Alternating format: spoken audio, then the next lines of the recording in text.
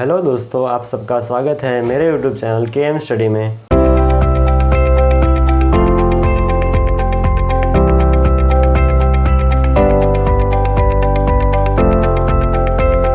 है कि लस मतलब लघुत्तम समापवर्तई, उसे हम लस या फिर एलसीएम भी कहते हैं। तो सबसे पहले उसकी परिभाषा से स्टार्ट करते हैं, मतलब उसकी डेफिनेशन स्टार्ट करते हैं कि उसकी डेफिनेशन क्या है। डेफिनेशन है कि दो या दो से अधिक दी हुई संख्याओं का लघुत्तम समापवर्तन इन संख्याओं के, मतलब दो संख्या हमने मानी थी, उन दो संख्याओं के सार्वगुणज से सबसे छोटा गुणज होता है, उसे हम कहते हैं लघुत्तम समापवर्तई। मतलब उसको संक्षिप्त में हम लसा कहते हैं या फिर एलसीएम मतलब लिस्ट कॉमन मल्टीपल भी लिखा जाता है। जैसे कि हम मान लें कि दो संख्या, एग्जाम्पल के तौर पे एग्जाम्पल से स्टार्ट करें कि मान लो हम पहले 8 और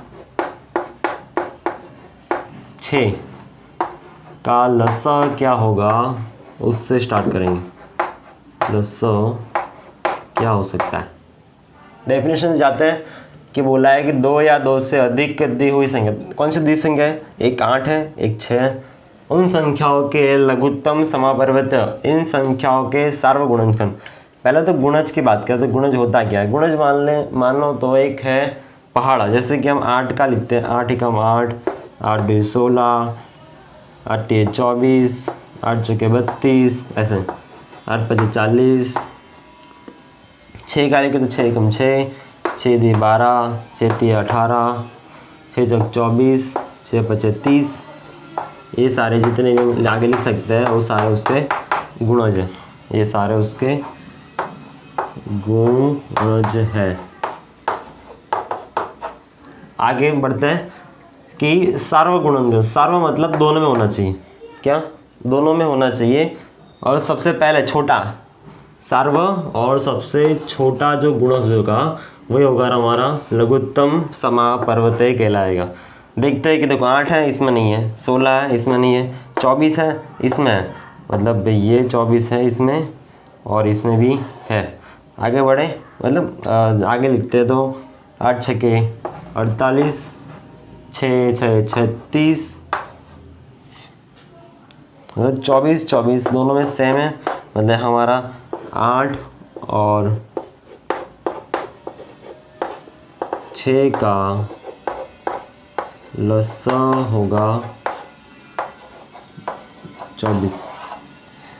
देखा कि लघुत्तम समापवर्तय उसकी डेफिनेशन मतलब उसकी परिभाषा से कैसे निकालते हैं। परिभाषा के अलावा और एक रीत है और एक टेक्निक है जिससे हम एलसीएम मतलब लिस्ट कॉमन मल्टीपल या फिर उसको हम लघुत्तम समापवर्तय या फिर लसा कहते हैं वो निकाल सकते हैं। उसके पहले हमें किसी संख्या के अभाज्य गुणनखंड क्या होता है उसके बारे में पता होना चाहिए। अभाज्य गुणनखंड क्या होता है।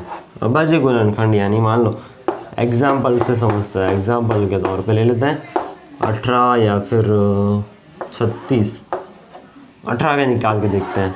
देखो अभाज्य गुणनखंड निकालने के लिए ये नंबर्स ध्यान रखो आप। अगर आपको 2 से नहीं हो रहा है, पहले 2 से स्टार्ट करना है, 2 से नहीं हो रहा है तो 3 से, 3 से नहीं हो रहा है तो 5 से, 5 से भी नहीं हो रहा है तो 7 से, और 7 से भी नहीं होगा तो 9 से। 1 बाय 1 जाएंगे। पहले 2 से हो रहा है तो ठीक है, नहीं हो रहा है तो 3 से, नहीं हो रहा है तो 5 से, तब भी नहीं हो रहा है तो 7 से, और तब भी नहीं हो रहा तो 9 से। 1 बाय 1 करेंगे। 2 के बाद 3 से करेंगे, 3 के बाद 5 से, 5 के बाद 7 से, और 7 के बाद 9 से। ट्राई करते हैं सबसे पहले 2 से करेंगे तो 2 के पहाड़े में 9 तो 18 तो आता है, 9 2 9 18।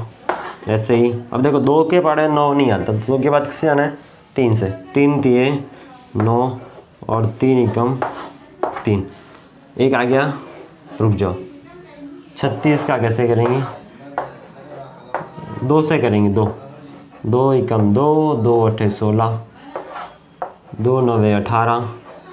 2 से नहीं होगा, 3 से, 3 3 9 और 3 एकम 3, एक आ गया, रुक जाओ। वैसे ही 18 के अभाज्य गुणनखंड क्या क्या हुए, 18 के अभाज्य गुणनखंड ये सारे, ये जो लिखा है वो गुणा में लिखना है, 2 गुणा 3 गुणा 3। वैसे ही 36 का 2 गुणा 3 गुणा 3, तो आप चेक कर सकते हैं। 3 3 9, 9 2 18, 3 3 9, 9 2 18, 18 2 36। ओके, देखते हैं कि अभाज्य गुणनखंड की मदद से लसवा कैसे निकल सकता है। उसके लिए एग्जाम्पल ले लेते हैं। एग्जाम्पल के तौर पे 36 और 27 एलसीएम क्या होता है उन दोनों का। तो पहले हमारे अभाज्य गुणनखंड के तौर लिख लेते हैं, दोनों को एक साथ लिखेंगे। 36 पहले, 27 बाद में। अब दोनों के बारे में देखना है, जैसे कि हमने आगे देखा था कि 2 फिर 3 से नहीं हो रहा है तो 5 से, 5 से नहीं हो रहा तो 7 से, 7 से नहीं हो रहा तो 9 से। सेम टू सेम इसमें फॉलो अप होगा। जैसे 2 से करते हैं, पहले 2 यहाँ जाएगा, 2 एकम 2, 2 8 16। 27 से नहीं होगा क्योंकि 2 के बाद में 27 है तो बैठा रहने दो। 27 का 27। फिर चलो 2 से करते हैं या फिर 3 से देख लेते हैं। 3 से, 3 6 के 18, 3 9 27, वापस 3 से, 3 2 6 और 3 3 9, 2 से करते हैं। 2 एकम 2, 3 नहीं होता 2 के पहाड़े में, 3 का 3 और लास्ट 3 एकम 3, 1 है तो 1 रहने दो। अब लास्ट में 1 आ जाए तब तक करना है हमें। तो इस तरह उसके गुणनखंड निकालने के बाद कहाँ तक करना है, जब तक अगर 2 संख्या है तो 2 संख्या के लास्ट में 1 1 ना आ जाए तब तक हमें ये प्रोसेस कंटिन्यू करनी है। चलो एक बार 1 1 आ गया तो उसके बाद क्या करेंगे, जरा जितने नंबर्स हैं ये जो कॉलम में लिखा है सारे को गुणे में लिख लेंगे। मतलब 2 गुणा 3 गुणा 3 गुणा 2 गुणा 3, ये जो आ गया वो आपका एलसीएम हो जाएगा। 3 2 6, 6 3 18, 18 2 36, 36 3 108, ये आपका हो गया एलसीएम। ओके, तो ऐसे मतलब यही तरीके से हम एलसीएम निकाल सकते हैं। तो इस तरह से हम किसी भी 2 संख्या 3 संख्या का एलसीएम निकाल सकते हैं। अब आप पूछेंगे कि एलसीएम का यूज़ कहाँ पे है, उपयोग कहाँ पे है, तो बता दूँ एलसीएम का उपयोग कहाँ पे होता है। एग्जाम्पल से समझते हैं। एग्जाम्पल हमारे पास है 2/3 प्लस 4/3 सॉल्व करना है। देखते दोनों भिन्न संख्या है, दोनों भिन्न संख्या के हर सेम है। 3 3 2 जगह पे एक ही बार लिखेंगे, ऊपर जो बोला वो कर देंगे। 2 + 4 बोला है, लिख दिया। 4 + 2 6, 6 डिवाइडेड बाई 3, 3 2 6, आंसर आ गया 2।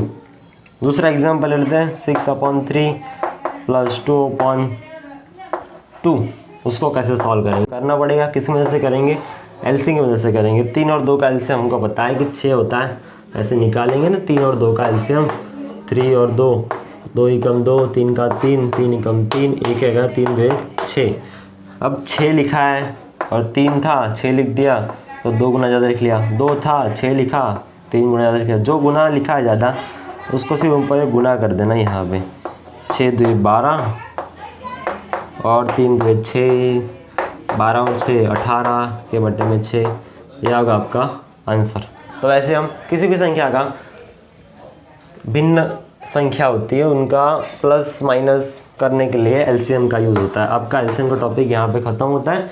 इस तरह हम एलसीएम की मदद से काफ़ी सारे भिन्न संख्याओं के योग या फिर घटाव कर सकते हैं। उपयोग उसका क्या हुआ, उपयोग है भिन्न संख्या के